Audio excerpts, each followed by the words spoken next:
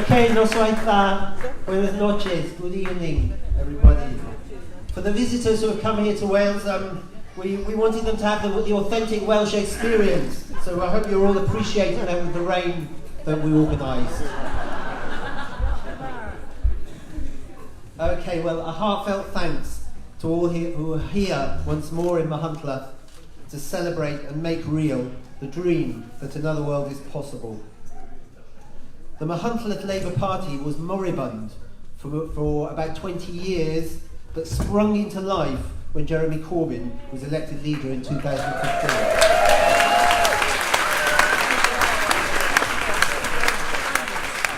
So do support the local Labour Party. We have a chance, we have the opportunity when another election comes about to actually select our own candidate in Montgomeryshire for the first time. They have regular meetings, really interesting speakers. So where's Liz Lavelle? Liz, do you want to stand up wherever you are? Together we can elect a Labour MP in Montgomeryshire. Wouldn't that be something?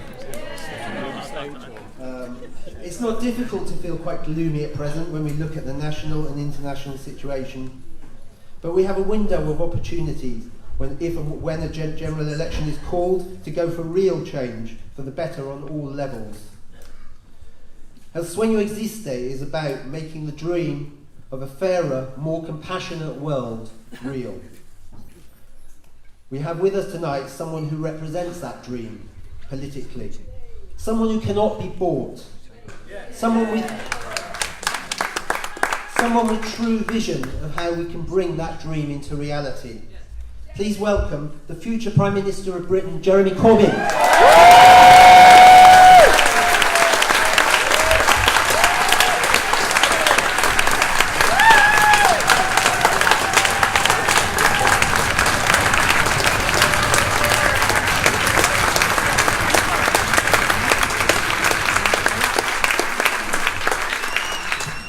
Muchísimas gracias, Keith, y bienvenidos todos a esta celebración de la vida de Víctor Jara y las otras personas de Chile y los otros países de América Latina, los militantes para derechos humanos y justicia social. Por favor, gracias a todos.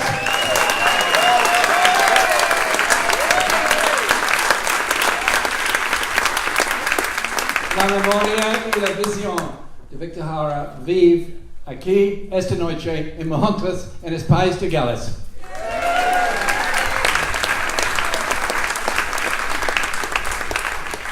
And now for something much more normal. Can I say thank you for inviting me to say a few words here tonight, and thank you to all those that have worked so hard in putting this festival on, to all those that put in an effort to make sure this festival happens every year here in Machynlleth, El Sueño Existe. And it only happens because people have vision of bringing together music, literature, poetry and politics, because they're not different subjects, they're all basically one subject about the human vision of the kind of life, society and world that we want to live in.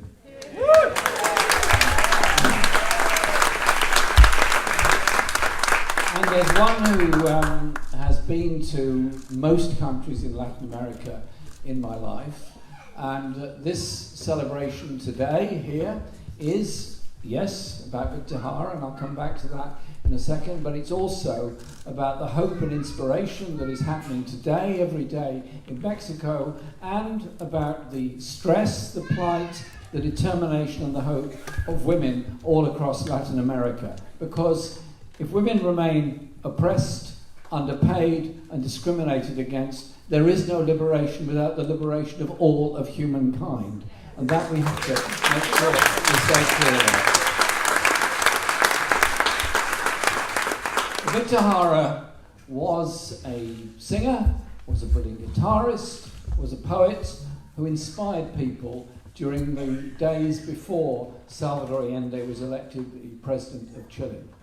He inspired people by his song, by his mobilization of people as to what could happen in Chile and how it could be such a different and wonderful place.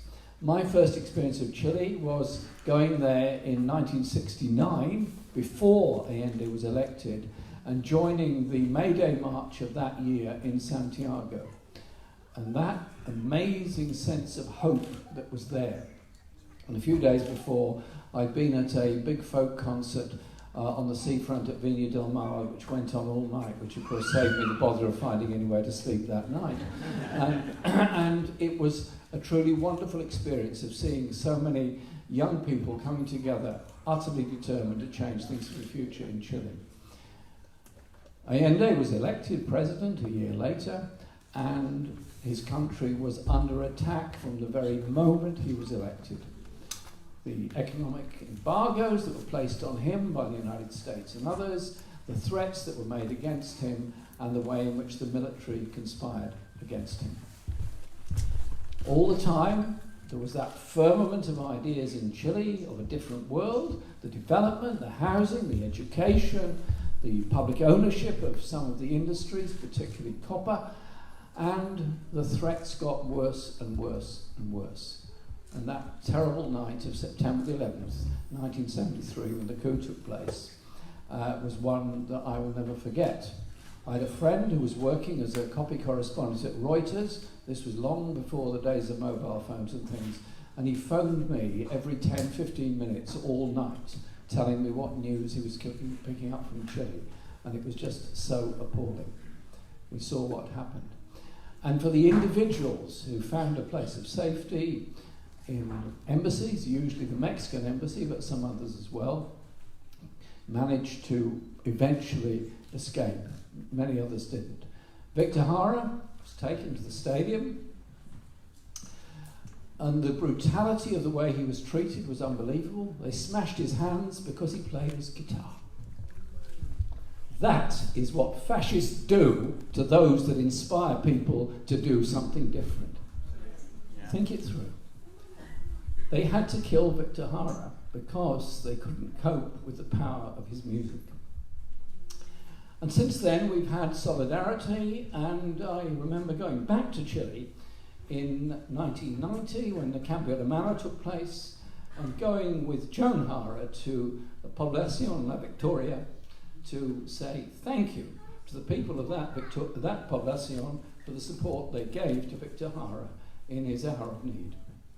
And so, in memory of all of that, I think we have to be inspired by music, by excitement, and by song. Allende's government achieved a great deal, and his memory is a clear and clean one, as is Victor Jara and so many others who stood in solidarity. Now we have issues all around the world. Issues of human rights and justice, issues of hope and inspiration. And those that died in Chile also suffered in Argentina and other places. Operation Condor took the lives of 25,000 people in the southern cone of Latin America during that horrendous period. But people fight back, and fight back in lots of ways for some kind of different world. And so music, song, poetry, ideas actually all go together. Because essentially what Victor Jara was saying was, collectively we can achieve things. Individually we might achieve something at the expense of somebody else. And so it is about inspiring the collective. And that is what I find so inspiring about the music of Victor, but also the music of Latin America as a whole. This year, this wonderful festival here in Monmouth is also celebrating what's happening in Mexico and also recognising the huge problems in Mexico that are going on at the present time. Last year, Laura and myself went to the inauguration of Andrés Manuel López Obrador as the new president of Mexico. And having observed his election campaigns in 2006 and 2012, and the 3 million people that demonstrated in 2006 when many people contested the election result, which declared him narrowly to have lost the election, and in 2012 the huge rallies that he put forward.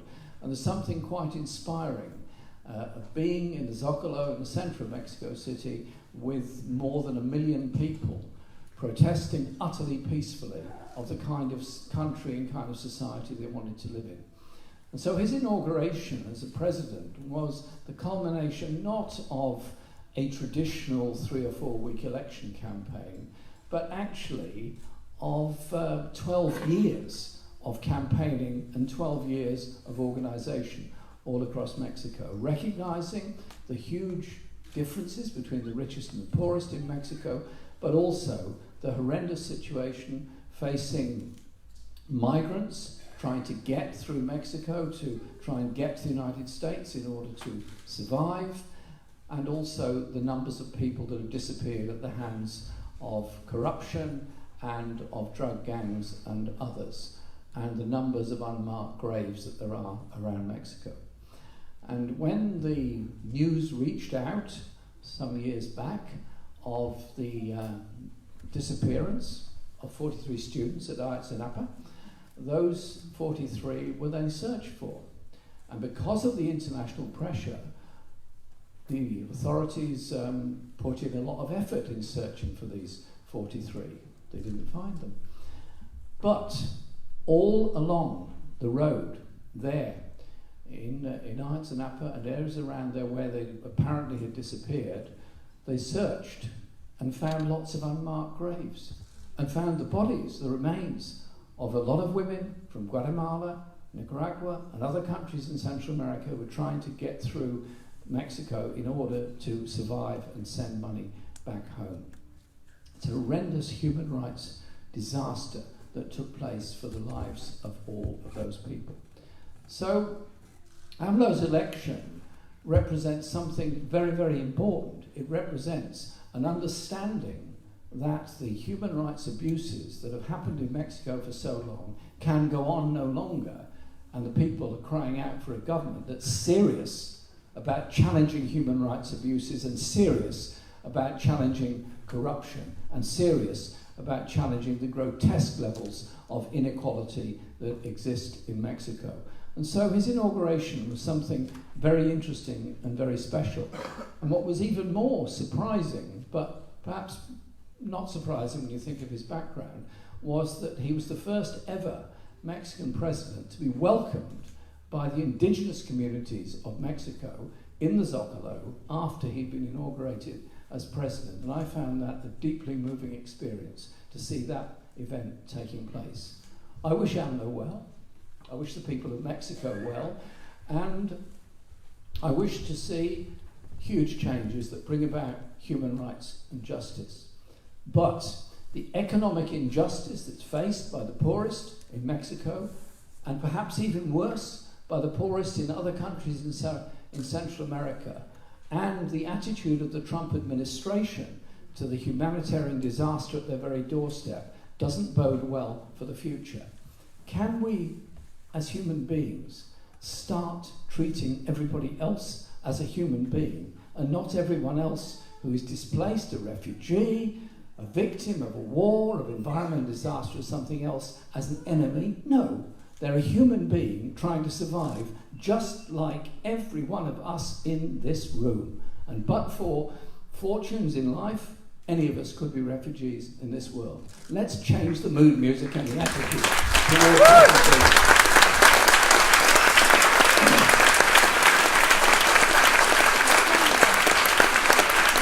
And so, it is about how we approach issues around the world.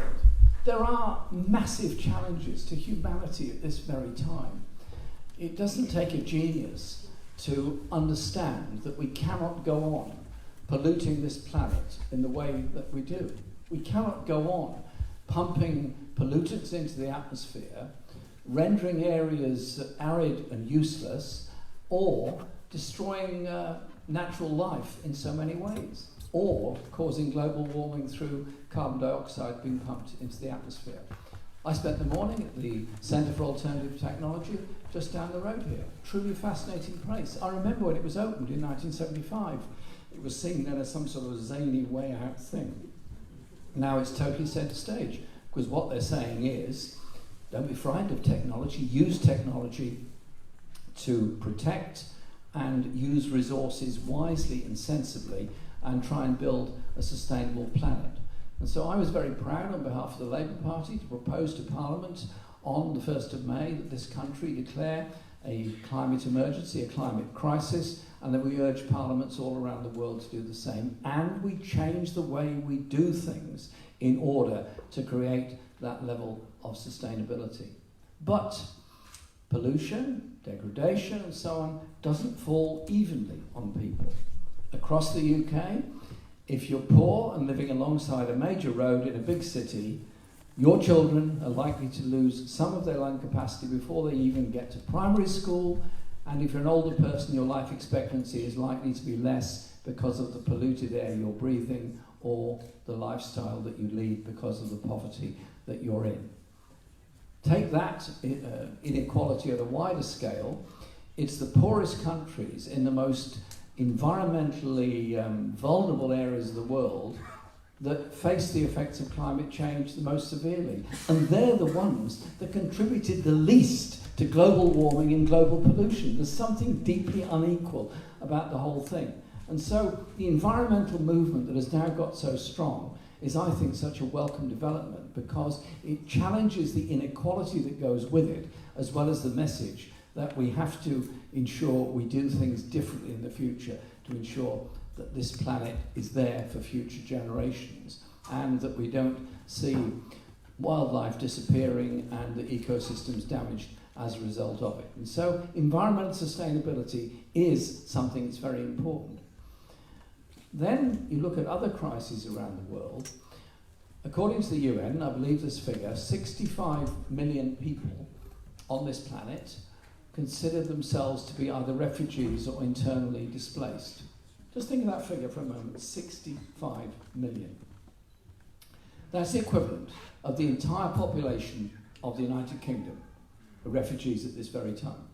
From wars, from environmental disaster, from some natural disasters.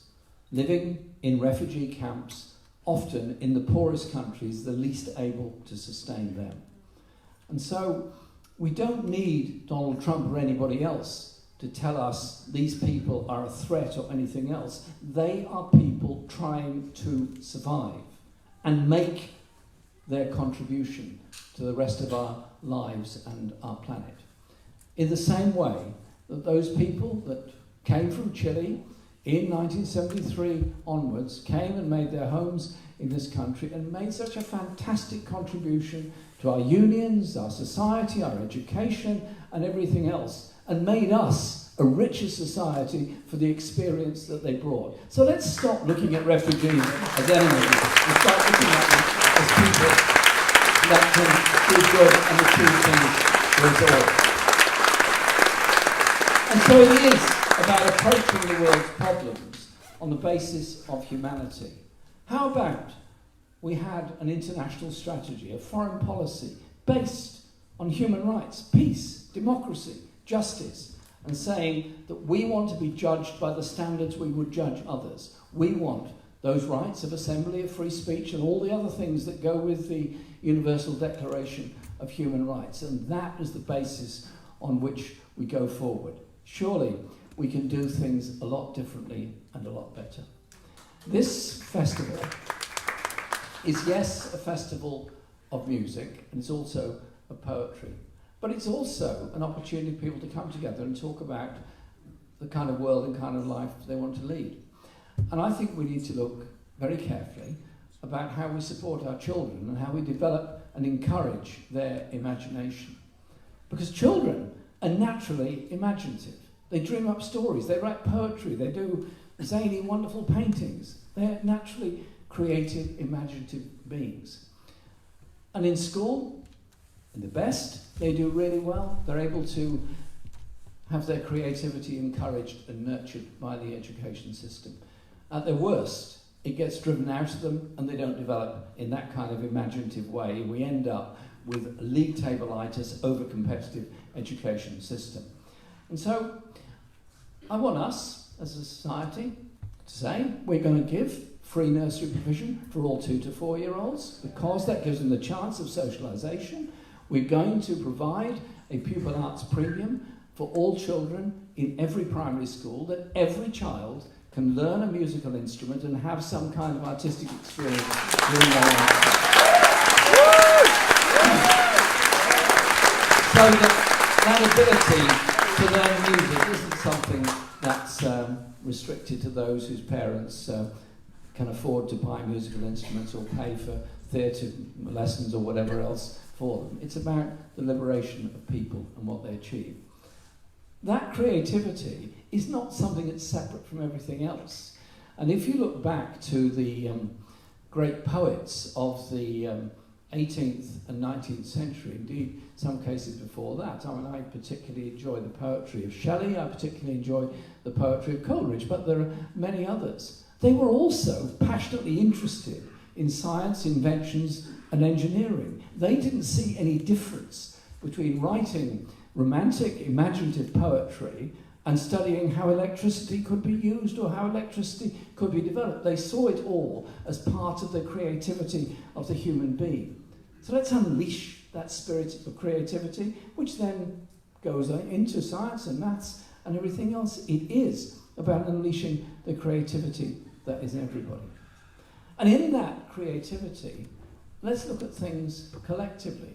Victor Jara looked at Chile as a collective thing. He understood the history of his country. He understood the passions of people coming from indigenous communities, as well as those that were descendants of Spanish settlers that had come during the time of the Spanish Empire. He understood their unity, but also the need for their diversity to be recognised, and the multilingual society to be recognised as part of that. It is about what we do as a collective.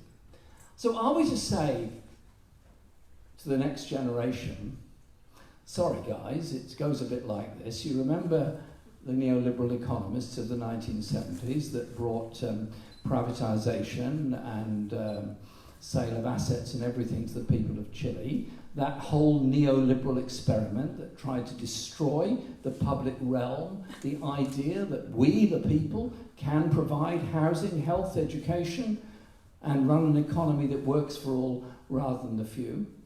Are we to say that those ideas have taken such hold that your generation better think on about healthcare because you might have to pay for it yourself, better think on about education because you might have to pay for it yourself, think on about pensions because you might have to pay for them yourself, and think on about who's going to care for your elderly relatives when they need it because there's not going to be a public service to do it? Are we to go into a world of such greed and individualism that the idea of public service is removed? Or are we to say, here, in the 21st century, we've got a challenge of environmental disaster to face, which we've got to face together, but we also have social injustice and inequality on a massive scale that also has to be challenged. And that, surely, is something we're all very determined to do. So let's recognise the power of the collective and create that society where you do respect human rights, you do respect the diversity, and you do recognise that it's in all of us to care for everyone else, and that we should have an education system that doesn't relegate people, young people, to some kind of secondary standard of service because they haven't got the abilities that others have got, or recognise we're there for everybody at all times. It's that kind of collective society which is a strong society. And so I think Latin America gives us such inspiration and such hope. The way that people came back from the abyss of 1973 and eventually got rid of that military government in Chile, got rid of the military government in Argentina. I recognise all the challenges and all the stresses and all the pressures that are there all the time. But it was that spirit of a different kind of world, a world, another world that is absolutely possible.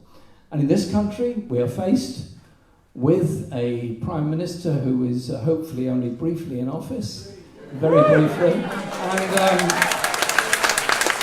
I look forward to the chance to stop the idea of a no-deal exit at the end of October, and I look forward to the chance of an election in this country in which the mainstream media will be forced, on the broadcast media anyway, to give equal time to all parties, which I really doubt we get at the present time, and that the people as a whole will be able to have that debate and that discussion about the kind of society and kind of world that they want to live in. And I'm utterly determined that we will take that message out there all over the country of how things could be done so much better and so differently.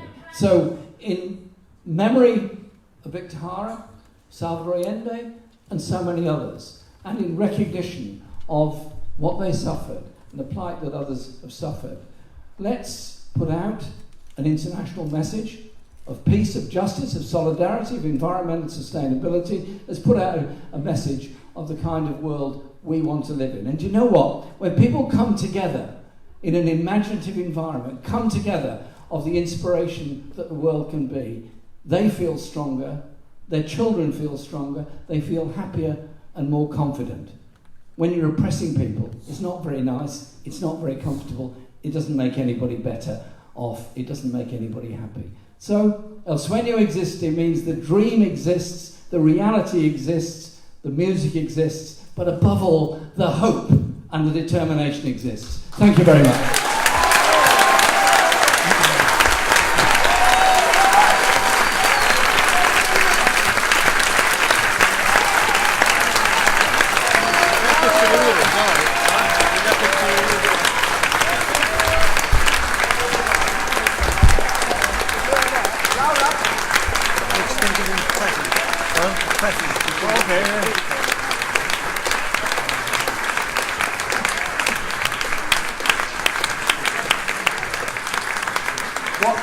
What an incredible vision Jeremy gives us.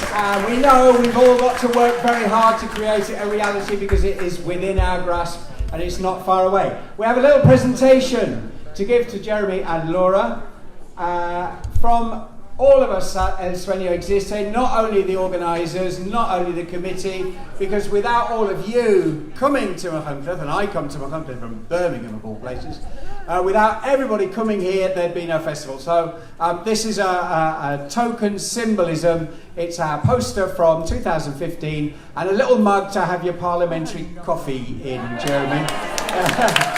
And Laura, we hope you like your mug as well. Okay, so a big hand to Jeremy and Laura.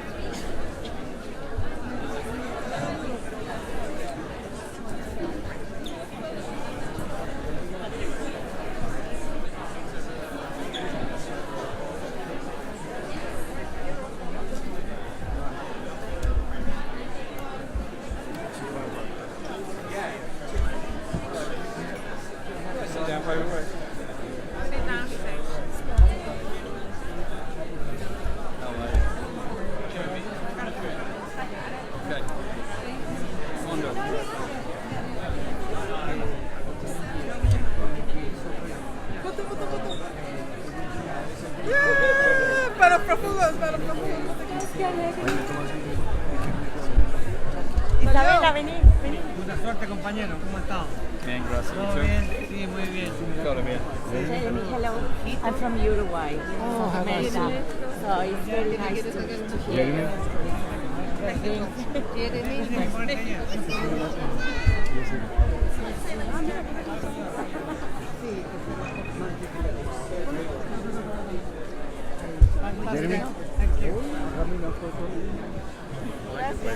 Jeremy, this is great. How are you? Great to see you. We all want to be